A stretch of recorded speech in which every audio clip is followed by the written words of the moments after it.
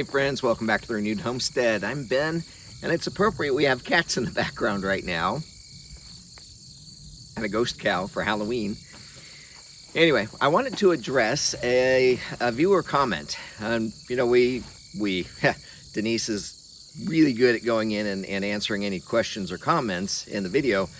But this one struck me that maybe we should do a video on it.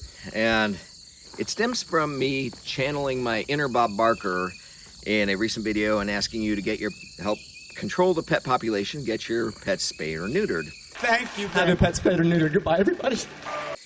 And a comment came in, and it really got me thinking about it. And they said, well, you know, what if it's a really good dog in this instance? Not talking about any particular breed, just a wonderful dog. And I can relate. I've had so many wonderful dogs over my life. It's, you know, if I could clone them, would I?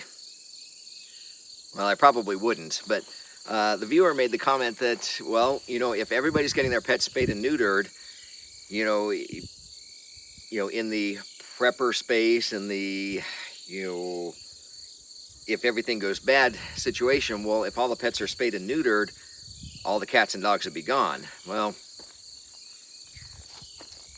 I don't see that happening, and I understand the point about, you know, if you've got a really good dog, and they said, you know, if I could have a litter mate, or if I had mated this good dog early on and had that lineage at home, that would be great. Well, there are some problems with that, and I'll start off with the statistic right away.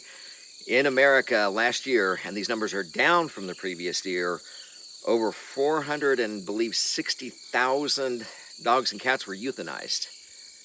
500,000 animals. I don't even want to say unwanted, because every animal is deserving of love and kindness and being brought up well. But almost 500,000 animals were euthanized. And you put it in terms of, okay, you bred your dog or your cat, and the average size litter for a dog is 5 to 6, and cats is 4 to 5. Can you find 6 people for each one of those puppies to go to, or 5 homes for each one of those cats to go to, that are gonna, you know, as I always pray for, that all the animals find good, loving homes, good food, clean water, and a soft bed. And you know, that's hard to find. I mean, just ask anybody that volunteers at a shelter or works there. It just doesn't happen. So I just got to thinking about that, and then I also got to thinking too, especially with cats. You know, we've got a couple of barn cats, and we had to find homes for some of them because there was a feral cat that got them pregnant before we could get them fixed. And so we had a whole bunch of baby cats, and we did eventually find them homes.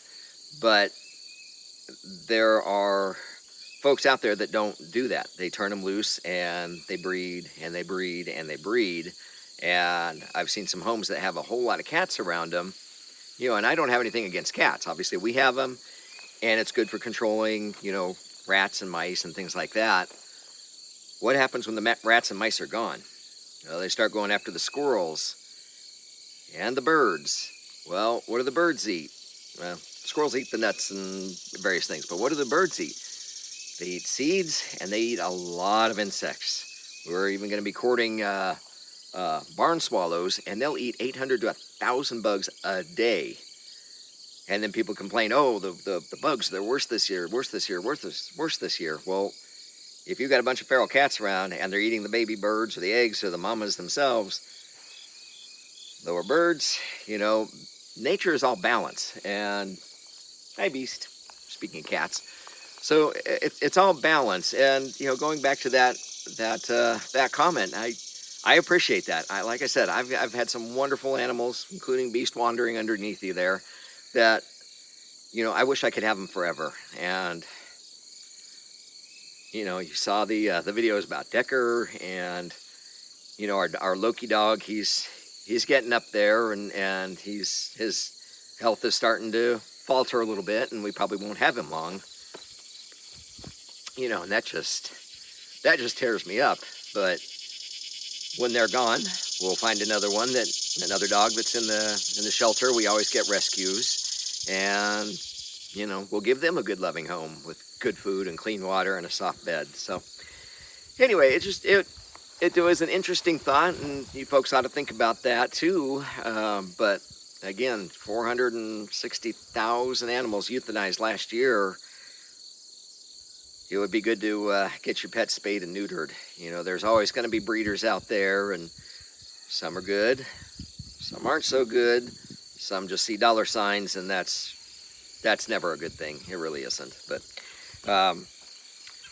as long as we're on the subject of animals and, well, euthanization, I have seen several things and comments from veterinarians out there, and one wish they have for folks out there, when it's the end for your animal and you've made the decision that they need to be euthanized, you know, for health reasons, age, whatever it is, stay with them. They said when you put an animal down, they see them looking for their family, and you're their family. You have been their whole life, so you need to be there to the end. It hurts. I've been through it more than I like, but I'm going to be there to the end for them. Just a thought anyway. So, I guess on to better things. Weather's cooled off. Leaves are changing. That's why I've got the tree behind us. You can start to see the colors change, and it's that season. So, you know, we're still going to try to get a little harvest of beans, and we're going to be doing a video about the garden and about this season and things we faced, and we'll get that to you. But speaking of barn cats, this is Frankie. Old Blue Eyes. Anyway. Yep. Says hit the like button and subscribe if you would, please. And of course, we love your comments and love the dialogue. So thanks for tuning in, everybody. Have a blessed day. We'll see you on the next video. Bye. Make it so.